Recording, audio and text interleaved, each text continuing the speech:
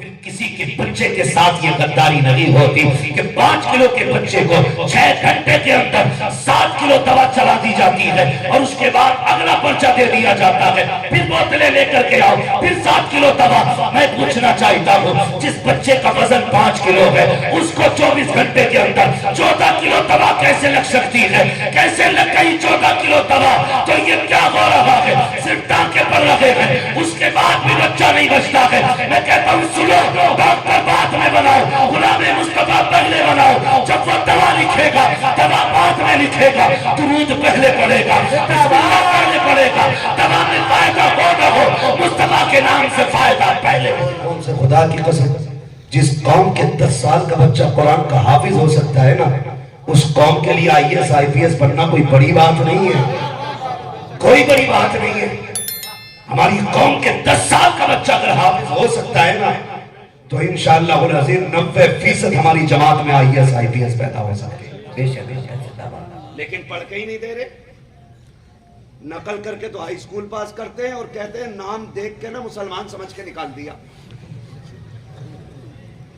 اپنی ناکامی پہ تعصب کا چشمہ لگا دیتے لوگوں کو۔ جو بچہ ہائی اسکول نقل کر کے پاس ہوگا وہ انٹرویو میں نکل جائے گا؟ نہیں نکلے گا۔ بولو آگے بڑھو گے؟ نہیں بڑھ سکتے۔ محنت کرو۔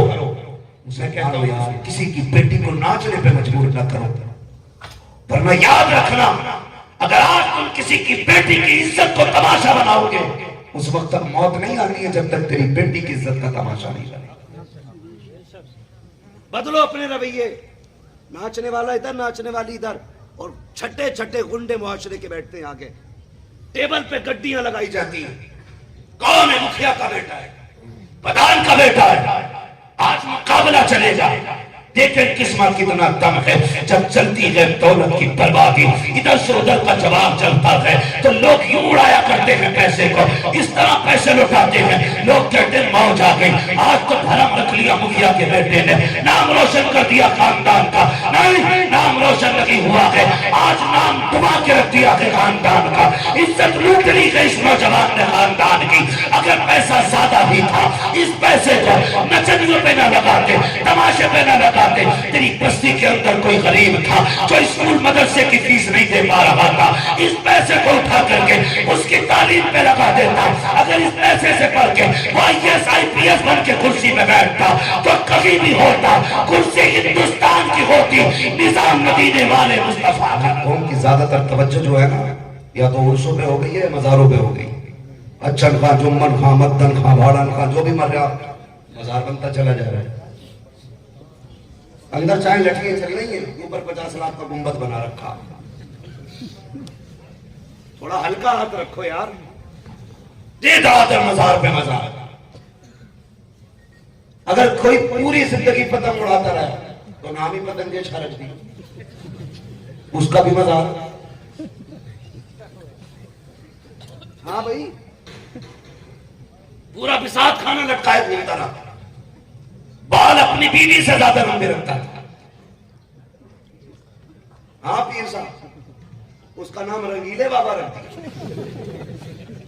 چھوڑ تھوڑی رہے کسی کا مزار نہ بنے۔ یہی کنڈیشن رہی نا، ہر گلی ہر چوک میں گنبد نظر آیا۔ اور لوگ پھر مسجدوں میں کم مزاروں پہ زیادہ ملیں گے۔ یہ کڑوی سچائی ہے حضرت، جسے دیکھو دے چادر لے چادر چلی جا رہی ہے لائی۔ اتنی چادریں مزاروں پہ ہو گئی کہ مجاور کے کمرے میں جگہ نہیں رکھی، اندر چادریں باہر خود بیٹھا ہے۔ کیا کرے؟ پورس ختم ہوگا تو انہیں دکانداروں کو بیچ لے گا، یہی دھندے۔ مسلک اعلیٰ حضرت یہ ہے جس مزار پہ پہلے سے ایک چادر موجود ہے وہاں دوسری لگا دی جائے۔ بس آپ سے تھوڑی دیر سیدھی سیدھی بات کر لوں۔ ہزاروں سال نرگس اپنی بے نوری پہ روتی ہے، بڑی مشکل سے ہوتا ہے چمن میں دیدہ پیدا۔ عزیزان ملت اسلامیہ، جب آپ نے دستار بندی کا منظر دیکھا ہوگا تو کئی لوگوں کے دل میں یہ حسرتیں جاگ رہی ہوں گی، کاش اس بھیڑ میں ایک ہمارا بھی بیٹا ہوتا، اس جماعت میں کاش ہمارا بھی ایک لخت جگر ہوتا۔ کئی لوگوں کے دل میں یہ ارمان جاگے ہوں گے، کاش ان فارغین میں ہمارا بھی کوئی اپنا بھائی ہوتا، بیٹا ہوتا، تو آج ہمیں بھی بڑی خوشیاں میسر ہوتی۔ یہ یقین کریں کہ اتنی بڑی دولت ہے کہ جس کی کوئی قیمت نہیں لگائی جا سکتی۔ یہ الگ بات ہے کہ جب بچے فارغ ہوتے تو ہم ہی میں سے کچھ لوگ جو بچوں کے والدین ہوتے ہیں، احباب ہوتے ہیں، وہ یہ سوچتے ہیں ہم نے ایک جوڑا دے دیا اور 500 روپے دے دیے تو استاد کی محنت کا حق ادا کر دیا۔ ایسا نہیں ہے، ورنہ حقیقت تو یہ ہے کہ اگر حافظ کا باپ، عالم کا باپ، قاری کا باپ اپنے بدن کی کھال اتار کے اس کا جوتا بنا کے استاد کو پہنائے تب بھی استاد کی محنت کا حق ادا نہیں ہو سکتا ہے۔ لہٰذا اگر کسی کے ذہن میں یہ بات ہے کہ ہم نے ایک جوڑا بنا دیا تو استاد کی محنتوں کا حق ادا کر دیا، یہ ذہن بدل لیجئے۔ اور پڑھنے والے تو کیا، میں ان کے والدین سے بھی گزارش کروں گا، اگر ان بچوں کے اساتذہ کبھی آپ کی نظروں کے سامنے سے گزرا کریں تو بچے نہیں، آپ بھی ادب میں کھڑے ہو جایا کریں۔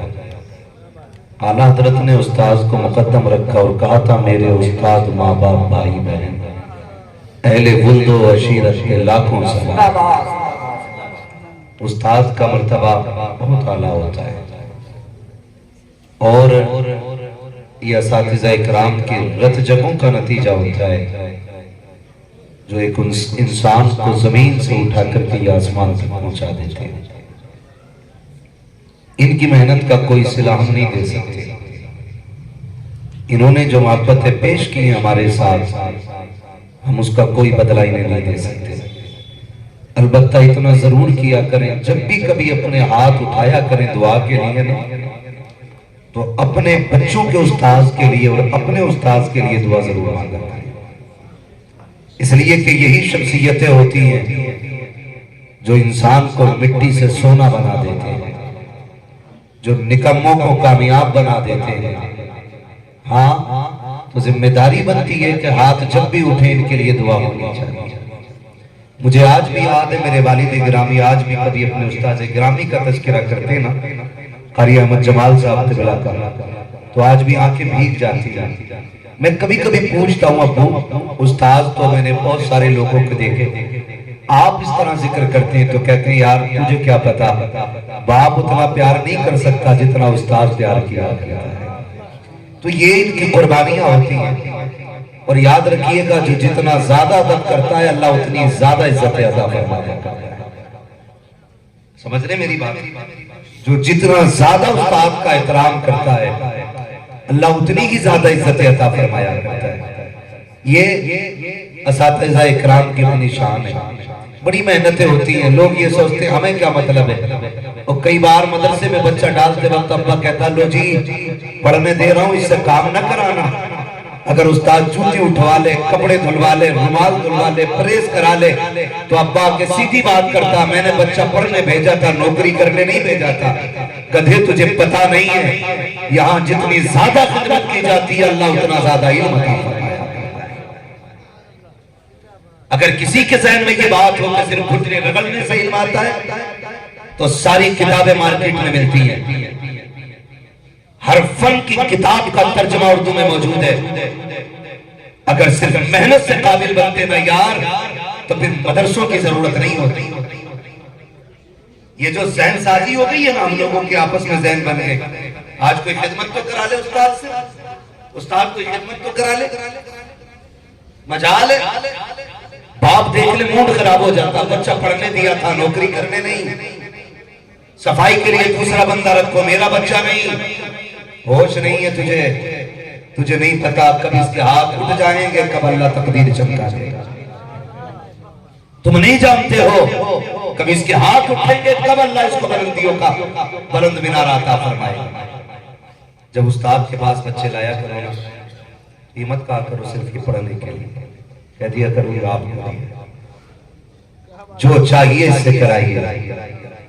جو چاہیے کرائیے. استاد میں بڑا خوددار ہوتا ہے. اگر خدمت بھی لے گا تو خالی نہیں چھوڑے گا, سلے میں کچھ نہ کچھ ضرور اس کو آتا ہے.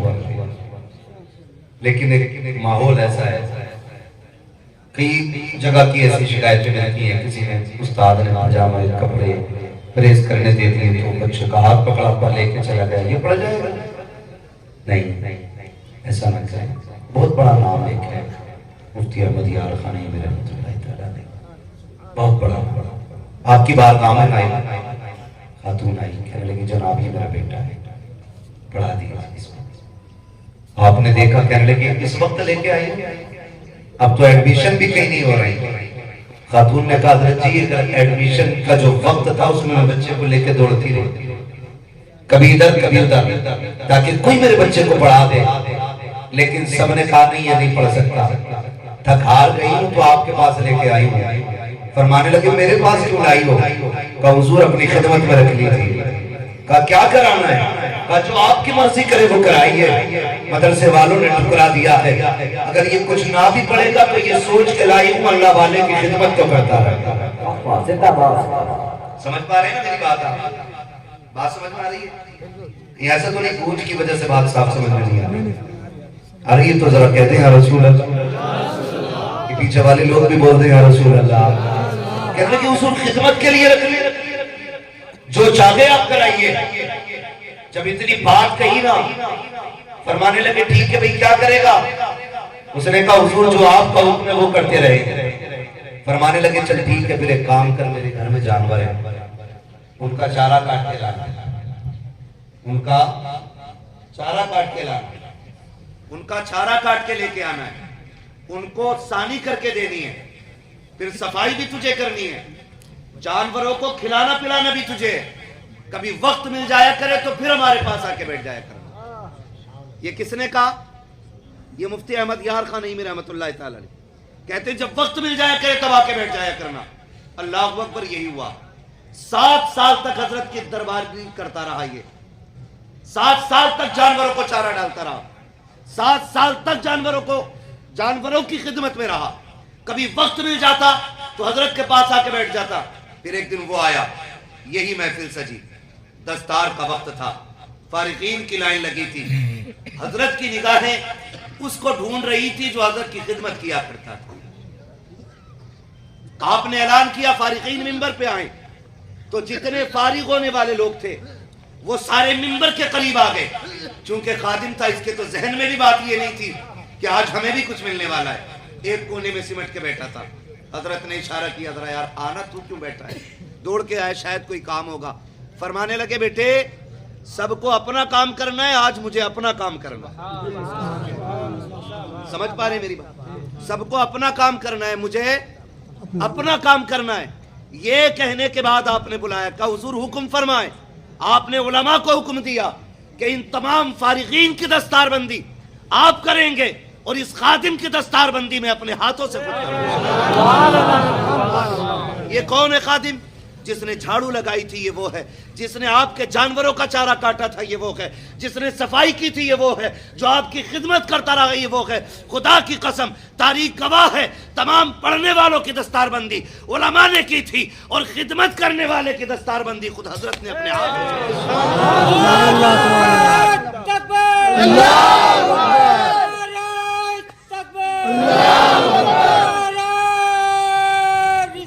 یا رسول اللہ, یا رسول اللہ, زندہ باد, زندہ باد, زندہ باد, اللہ اکبر.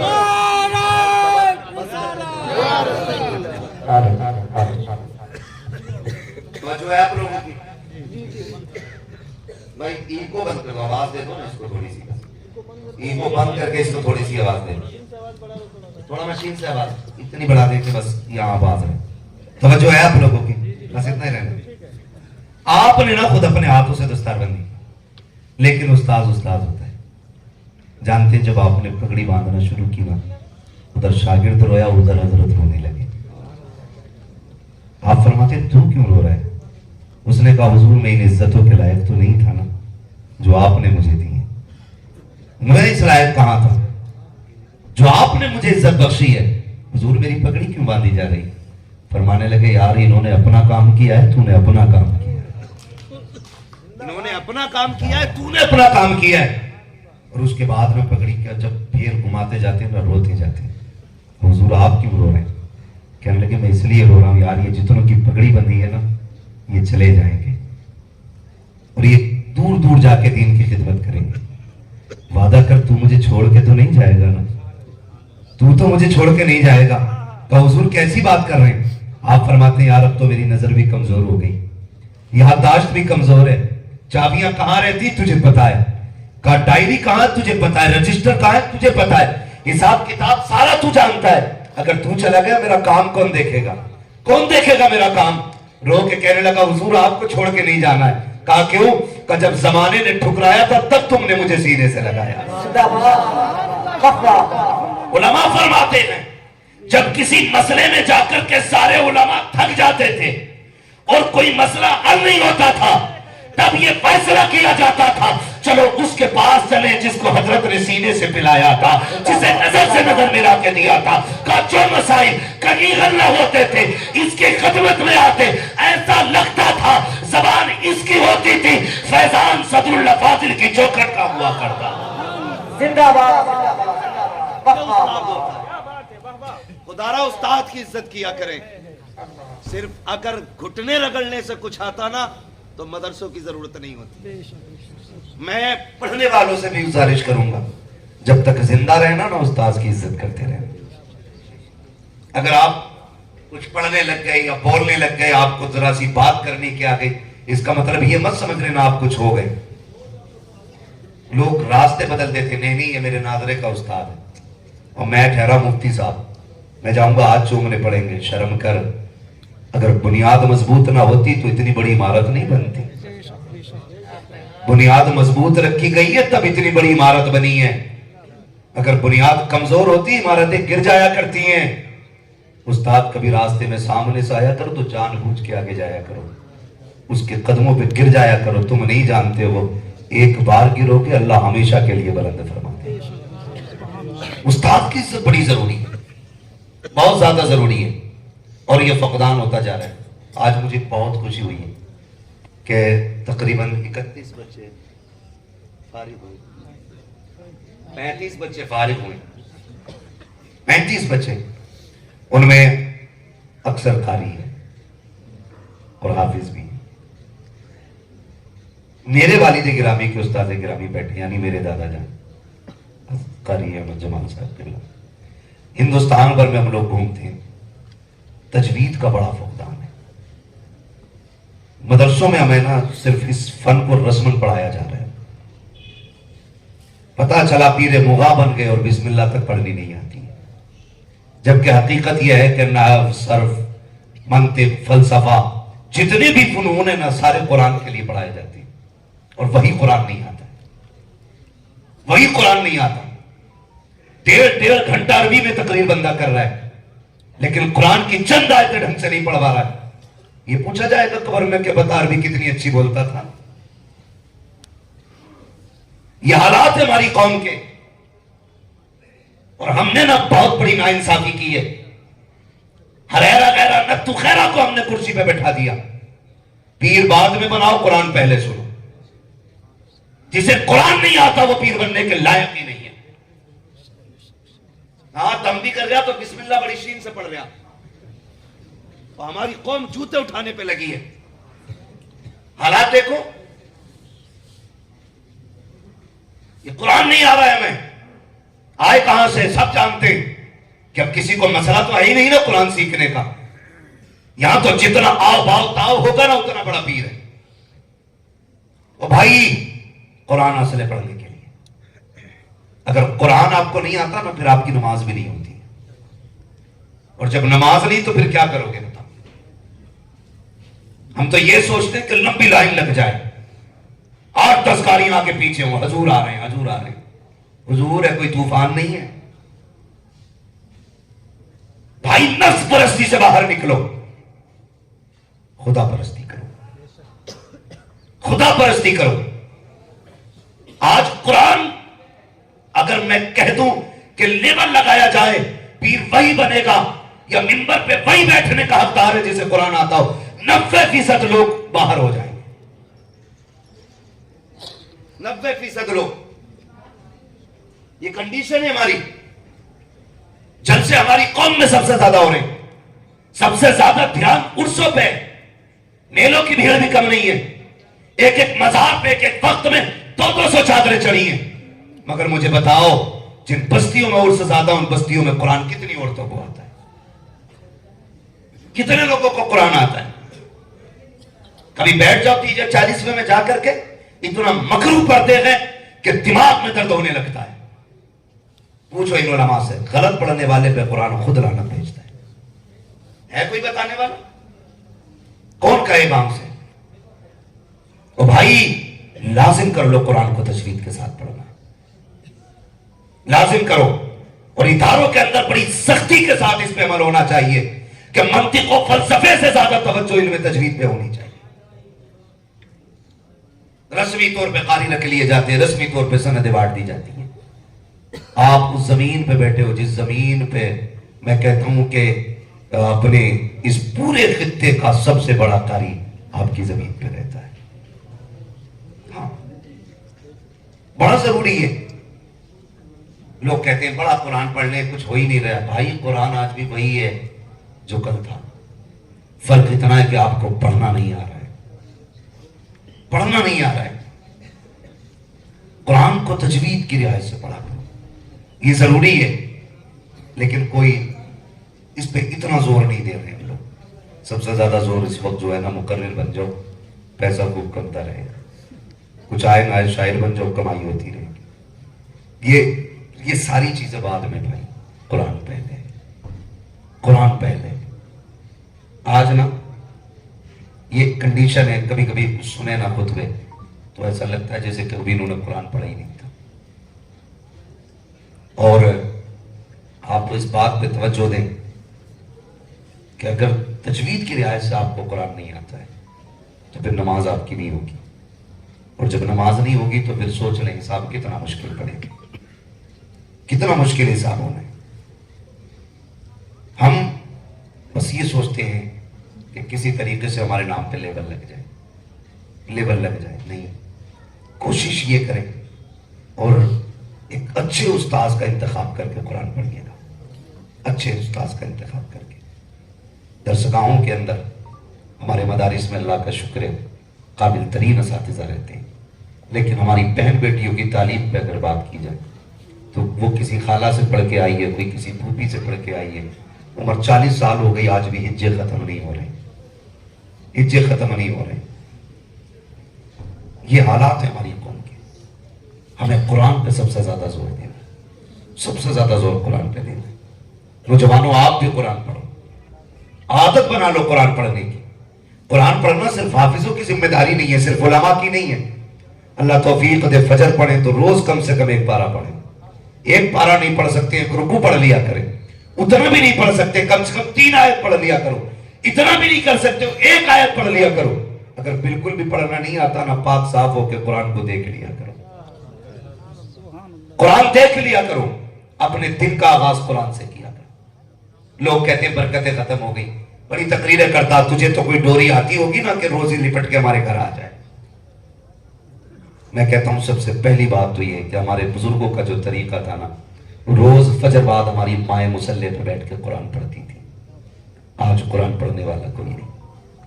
فجر بعد مصلی پہ بیٹھ کے تلاوت ہوتی تھی, پرندے بھی سنتے تھے, در و دیواریں بھی سنتی تھی, اور پھر اللہ اس تلاوت کے صدقے میں گھر میں برکتیں عطا فرمایا کرتا تھا. گھر میں برکتیں ہوتی تھی. لیکن آج قرآن پڑھنے والا ہی کوئی نہیں. پڑھے کون فجر میں جب سارے 10 بجے سو کے اٹھ رہے ہیں. 2 بجے تک جب پب جی کھیلیں گے تو فجر میں کون اٹھے گا؟ ابا سے کہہ رہے بیٹے کو اٹھا تو ابا خود 3 بجے سو رہا ہے.